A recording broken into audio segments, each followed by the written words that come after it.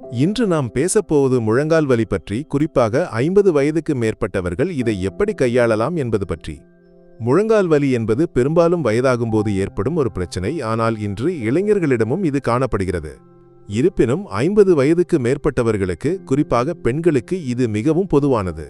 இது ஏன் வருகிறது, என்ன செய்யலாம், எப்படி இதை குறைக்கலாம் என்பதை விரிவாக பார்ப்போம். முதலில் முழங்கால் வலி என்றால் என்ன என்பதை புரிந்துகொள்வது முக்கியம். 50 வயதுக்கு மேற்பட்டவர்களுக்கு முழங்கால் வலியின் முக்கிய காரணம் ஆஸ்டியோஆர்த்ரைட்டிஸ், அதாவது முழங்காலின் தேய்மானம். முழங்கால் மூட்டில் உள்ள கார்டிலேஜ், அதாவது எலும்புகள் ஒருவருக்கொருவர் உரசாமல் சீராக நகர உதவும் ஒரு மென்மையான பகுதி, இது தேயத் தொடங்குகிறது. இது பெண்களுக்கு அதிகம் காணப்படுகிறது, ஏனெனில் உடல் எடை அதிகரிப்பது மற்றும் ஹார்மோன் மாற்றங்கள் இதற்கு காரணமாக இருக்கலாம். உதாரணமாக, 50 கிலோ எடையுள்ள ஒருவரின் முழங்கால் சுமார் 150 கிலோ எடையை தாங்க வேண்டியிருக்கும். அதாவது நம் உடல் எடையை விட 3 மடங்கு எடையை முழங்கால் தாங்குகிறது. எனவே 1 கிலோ எடையை குறைத்தால் முழங்காலின் சுமை 3 கிலோ குறைவதற்கு சமமாகும். முழங்கால் வலி வருவதற்கு மற்றொரு காரணம் உடலில் உள்ள தசைகளின் பலவீனம். முழங்காலைச் சுற்றியுள்ள தசைகள் வலுவாக இல்லாவிட்டால் மூட்டுக்கு அதிக அழுத்தம் ஏற்படும். மேலும் சிலருக்கு ஆஸ்டியோபோரோசிஸ், அதாவது எலும்பு பலவீனம், இதுவும் முழங்கால் வலிக்கு காரணமாக இருக்கலாம்.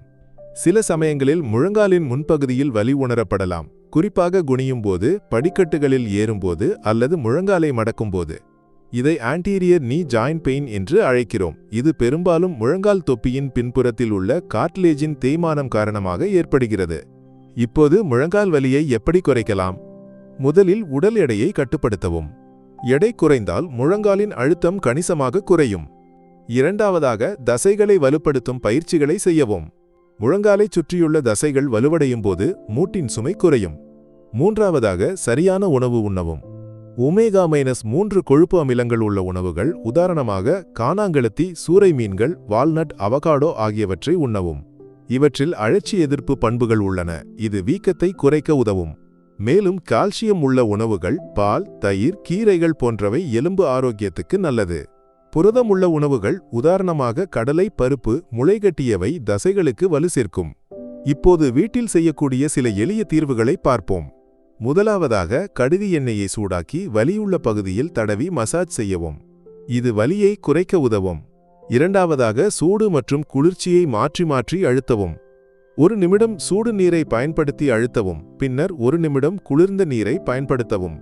இதை மாற்றி மாற்றி செய்வது வீக்கத்தையும் வலியையும் குறைக்கும்.